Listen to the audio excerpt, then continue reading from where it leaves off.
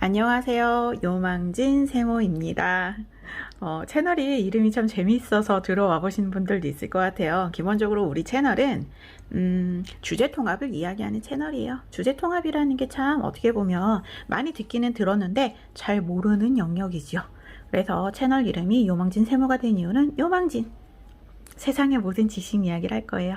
근데 우리가 주제통합을 여러분들이 많이 얘기를 해주시겠지만 여기서 제가 가장 포커스를 맞추는 부분은 주제통합을 배우는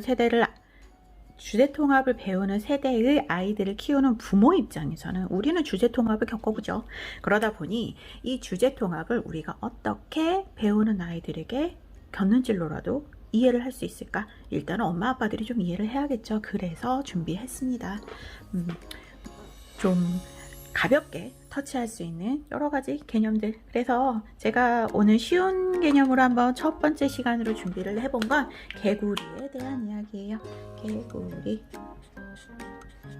개구리가 뭔지는 우리 다 알잖아요. 그렇죠? 그래서 초등학생 수준에서 재미있게 볼 수 있을 만한 개구리 이야기를 한번 해보도록 하려고 해요. 그래서 개구리는 우리에게 친근한 동물이기도 하고 잘 알고 있는 부분도 있고요. 하지만 그것을 한번 모아놓고 나면 내가 알고 있는 게 다 아니기도 하고 내가 생각보다 많은 걸 알고 있구나 라는 거를 알 수도 있죠. 그리고 분명히 주제통합을 우리가 계속 접하는 이유는 여기에서 확장이 가능해야 되기 때문이에요. 그래서 그럼 우리가 어떻게 확장할 수 있을까? 라는 것까지 고민을 할 수 있다면 좋겠죠. 우리 학교에서 아이들이 이런 걸 배워요. 그러니까 우리도 한번 곁눈질을 해봅시다. 그러면 개구리 하면 떠오를 만한 이야기들이 있을 거예요.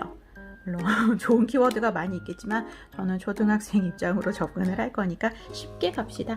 개구리의 울음소리죠. 그리고 개구리는 이제 곧 겨울이니까 지금 이미 겨울이죠. 겨울잠을 자는 동물이에요.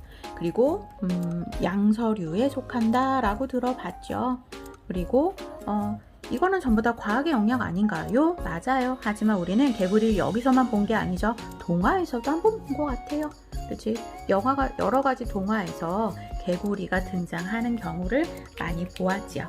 그래서 우리는 이런 것들을 가지고 오늘의 키워드가 될 만한 것들을 한번 심도 있게 이야기를 해보도록 하겠습니다. 쉽게 접근을 해야 공부가 쉬워지겠죠. 그래서 아이들이 하는 게 놀면서 공부하는 거네 라고 생각했지만 생각보다 쉽지 않고요. 그렇다고 어렵게만 접근하려고 봤더니 그렇게 또 어려운 건 아니에요. 그런데 어렵지 않으려면 우리가 이게 도대체 무슨 얘기인지를 파악해야겠죠. 그래서 한번 이야기해 보도록 하겠습니다. 일단 개구리가 개굴하는 이 소리는 소리 우리가 오감이라는 이야기를 들어봤어요. 오감이 뭐죠? 5가지 감각 이야기를 오감이라고 얘기를 하는데 오감 5가지 감각. 5가지 감각이 어떤 거 있죠? 일단 개굴하고 소리는 청각이라고 해요. 청각, 개굴, 청각. 그리고 우리의 청각을 담당하는 감각기관은 귀이지요. 그리고 구가 됐네요. 귀이지요. 그리고 우리가 감각이라고 할 때 가장 먼저 의존하는 게 바로 시각을 담당하는 우리 몸의 기관은 눈입니다. 그러면 2개밖에 안 썼네요. 오감 또 뭐가 있죠? 오감에 느끼는 거 촉각이라고 해요. 촉각. 이거 좀 약간 도전이 생겼어요. 자, 촉각을 느끼는 우리 몸의 기관은 어디죠? 손도 그렇고 발도 그렇고 그거 외에도 우리는 피부 어느 곳인가 뭔가가 닿아도 다 느낄 수 있죠. 그래서 우리는 이것을 피부라고 쓸게요. 자, 촉각까지 나왔어요. 자, 맛도 느낄 수 있어요. 그렇죠? 맛을 느끼는 것을 우리가 미각은 그렇죠? 우리 혀에서 느낄 수 있죠. 자, 그리고 또 하나는 오감인데 4개밖에 안 나와서 무슨 냄새 안 나나요? 그렇죠? 네. 우리 몸의 코에서 느끼는 후각입니다. 그래서 그렇구나. 이렇게 소리가 날 수 있는구나. 그 중에서 개굴이라고 하는 것은 바로 청각에 해당하는 것이었어요. 그러면 개굴하고 우는 소리 있죠. 울음소리를 내는 이유가 있었어요. 동물들이 울음소리를 내는 이유가 뭐죠? 대부분은 의사 전달.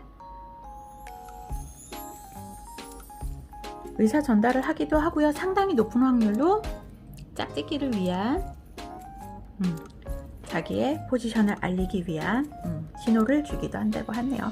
자, 이제 가볍게 오감 이야기도 했어요. 오감 이야기를 하다 보면 우리 몸에 있는 여러 가지 기관이라든지 이런 얘기들을 할 수도 있겠죠.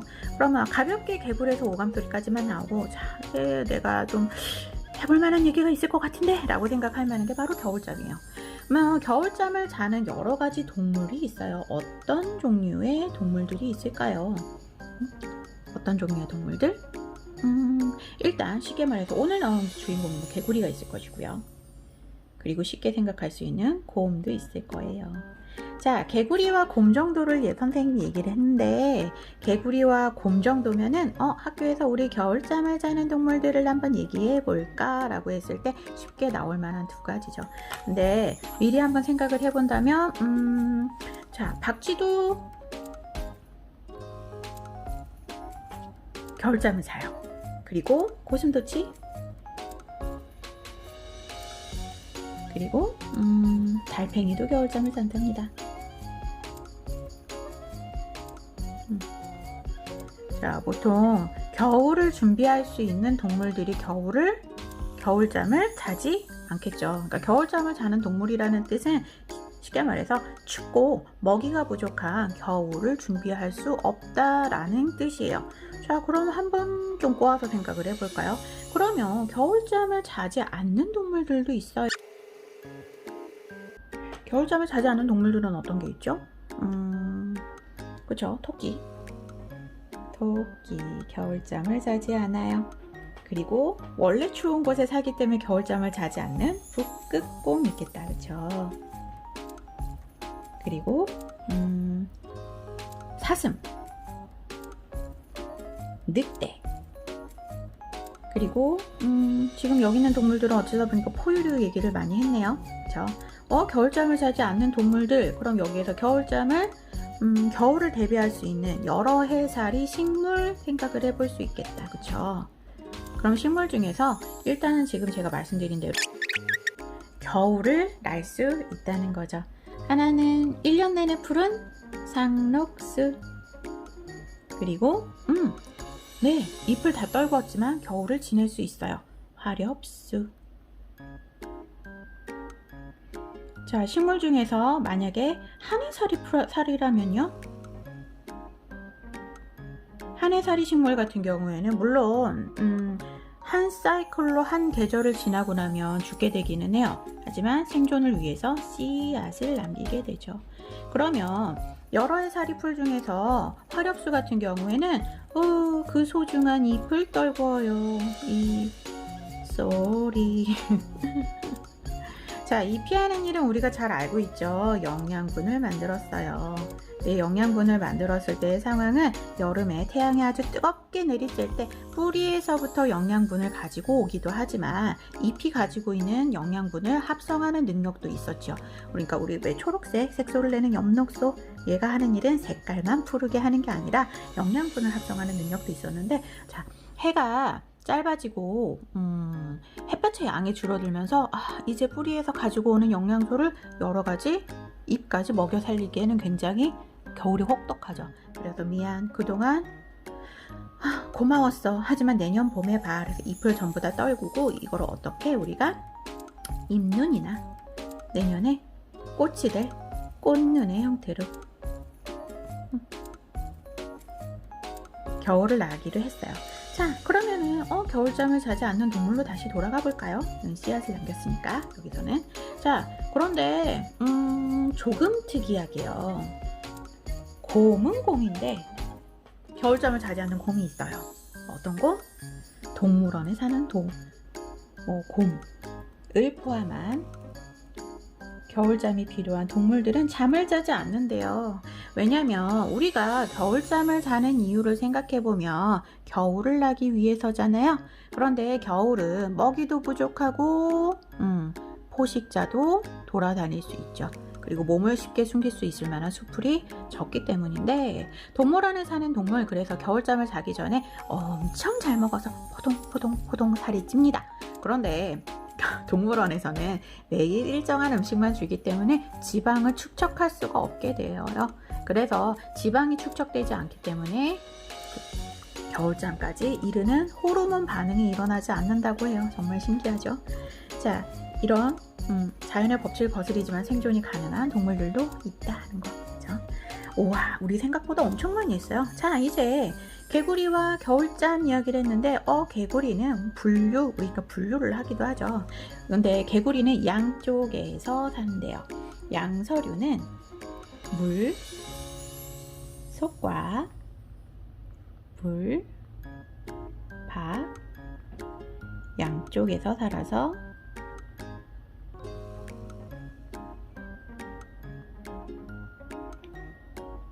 그래서 양서류라고 하는데, 그냥 우리가 겉으로 보기만 하면 개구리와 조금 비슷하게 생긴 게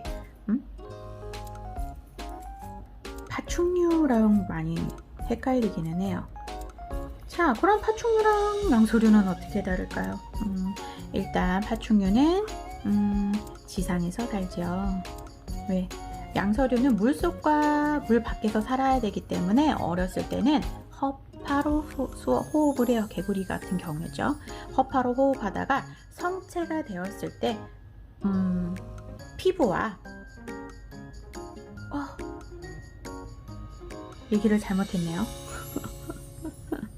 자, 허파 호흡을 하는 게 아니라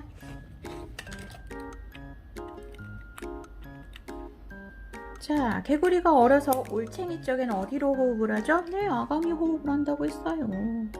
아가미로 호흡하던 올챙이가 성체가 되어서 개구리가 되었을 때는 피부와 허파로 호흡을 한다고 하죠. 그리고 파충류들 같은 경우에는 지상에 살기 때문에 처음부터 호흡을 바로 합니다.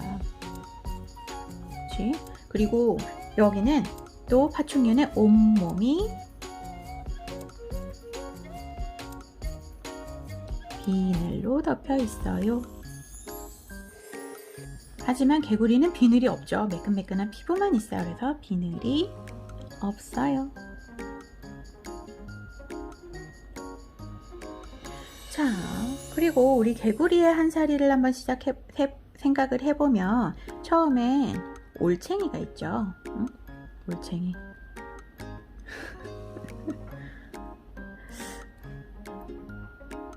리얼리티는 좀 떨어지지만 올챙입니다. 이때는 당연히 아가미 호흡을 하죠. 자, 그리고 시간이 지나면서 얘가 뒷다리가 나왔어요. 네, 올챙이 맞습니다. 또 시간이 지나면서 뒷다리와 앞다리가 생겼어요. 자, 그리고 나서 개구리가 되었죠. 개구리처럼 안 보이네요. 자, 이때쯤 와서는 허파와 피부로 숨을 쉬는 게 완성이 되어요. 그래서 개구리 때는 허파와 피부 호흡이 완성이 됩니다. 자, 그렇다면 이쯤에서 조금 궁금한 게 생기는데, 제가 학교를 다닐 때도 개구리의 한사리를 배웠었거든요. 왜 우리는 이렇게 열심히 개구리의 한사리를 배울까요? 다른 교육과정은 다 바뀌는데 개구리의 한사리를 배우는 건 바뀌지 않았어요. 왜 그러냐면, 지구가 46억 살이라고 하죠. 46억 살이 된 지구 안에서, 지구가 맨 처음에 생겼을 때는 지상에 생명체가 살 수 없었다고 해요. 그죠? 너무 자외선이라든지, 그죠? 이렇게 너무 쏟아지는데 대기가 불안정했거든요. 대기에서 막아줄 수가 없었기 때문에. 그래서 모든 생물은 물속에서 살았대요. 물속에서 살다가 이제 물속에서 뭐 미생물의 형태도 있었고요. 여러 가지 진화를 거쳐 오랜 세월이 지나가서 나중에 지상으로 여러 개체가 이제 올라오기 시작하는데, 여기에 과도기적 특징을 가진 것이 바로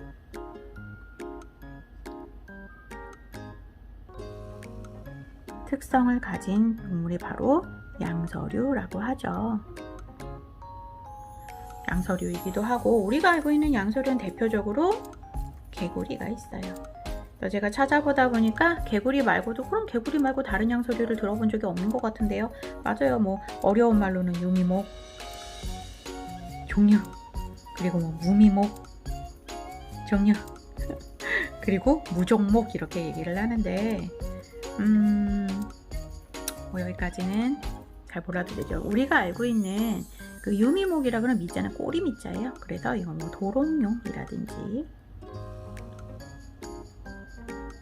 뭐 영원이라고 하는 개체가 있더라고요.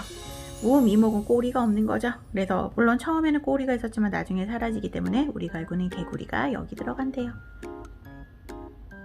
그리고 두꺼비도 여기 들어간대요. 아니 그러면 다리가 없다고요? 네, 다리가 없는 게 무족 영원군이라는 게 있다네요. 영원류죠. 네, 영원류라는 게 있대요. 자, 그러면 파충류? 파충류 우리가 잘 알잖아요. 뭐 예를 들어서 어떤 종류가 있을까요?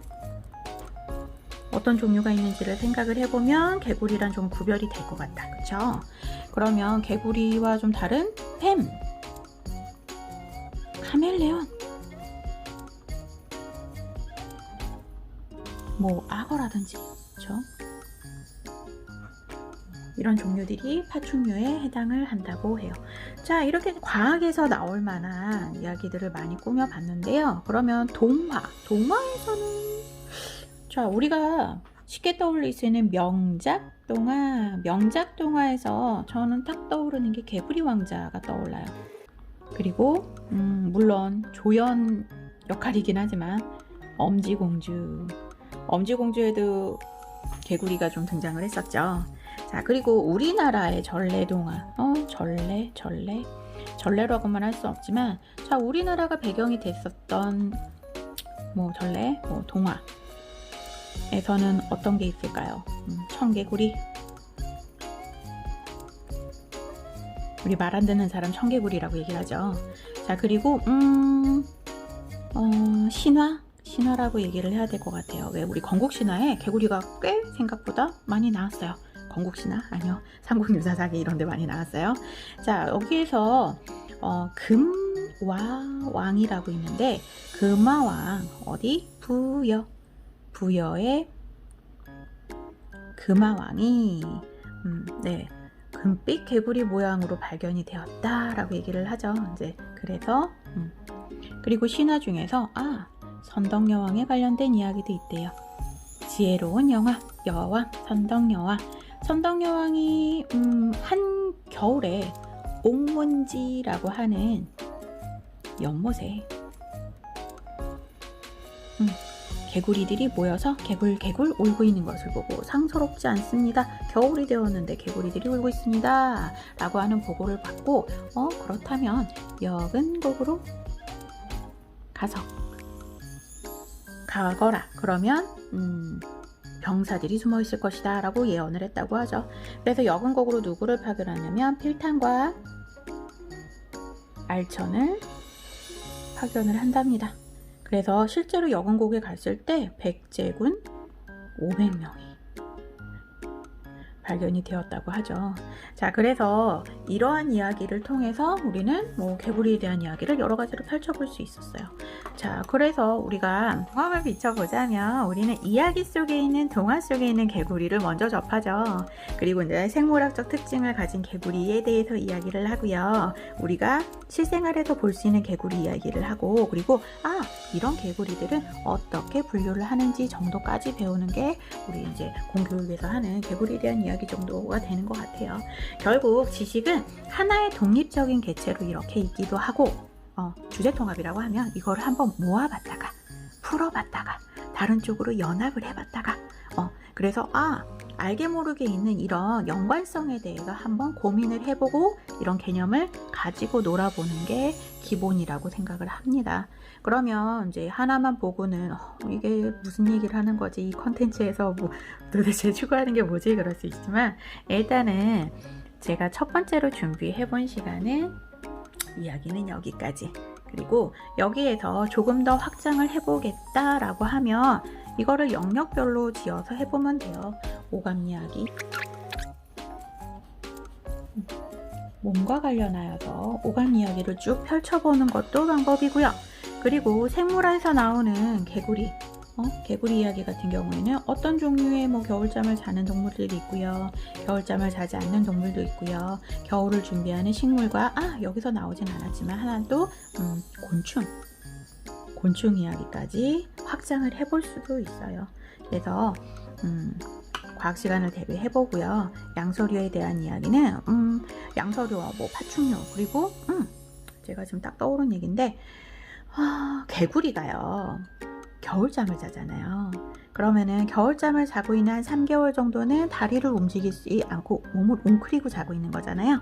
그래서 오랜 시간 동안 근육이 이렇게 움직이지 않았을 때 사람보다 근육의 양이 적은 개구리 같은 경우에는 어떻게 다시 몸을 움직일 수 있는 힘을 받는 것인지에 대해서 근육에 관해서 연구를 하고 있다는 이야기를 들었어요. 이거 도대체 왜 필요한가요? 왜냐면 왜 우리가 기부스를 한다든지 아니면 사고를 당했다든지 근육에 힘을 제대로 줄 수 없는 경우들이 생기잖아요. 그렇죠? 그래서 개구리가 꼼짝 않고 있다가 바로 다리를 움직일 수 있는 그런 개념을 이해를 하게 된다면 근육병 때문에 고생을 하는 사람들이 우리가 의료 쪽에서 혜택을 좀 볼 수 있지 않을까요? 그렇죠? 이런 식으로 갈 수 있다는 거죠. 그리고 동화에서도 동양에서 생각하는 이미지가 있고요. 그리고 서양에서 생각하는 이미지가 있어요. 그래서 이게 공통점도 있을 것이고 그리고 차이점도 있겠죠. 공통점과 차이점이 나오는 것은 이제 동양과 서양의 문화적인 특징과 연결을 짓는다고 하면 각각의 컨텐츠에서 개구리라는 매체를 어떻게 소화하는 차이를 보이는 걸까? 라는 것도 연구할 수 있는 거겠죠. 너무 좀 무거워졌나요? 그래도 구독과 좋아요를 해주실 분이 있다면 구독과 좋아요는 저에게 큰 힘이 됩니다. 이런 개념도 한번 생각해 봤으면 좋겠는데요 라는 생각이 드신다면 그걸 가지고 한번 연구해서 다음 시간에 한번 해보도록 하겠습니다. 즐겁게 보셨다면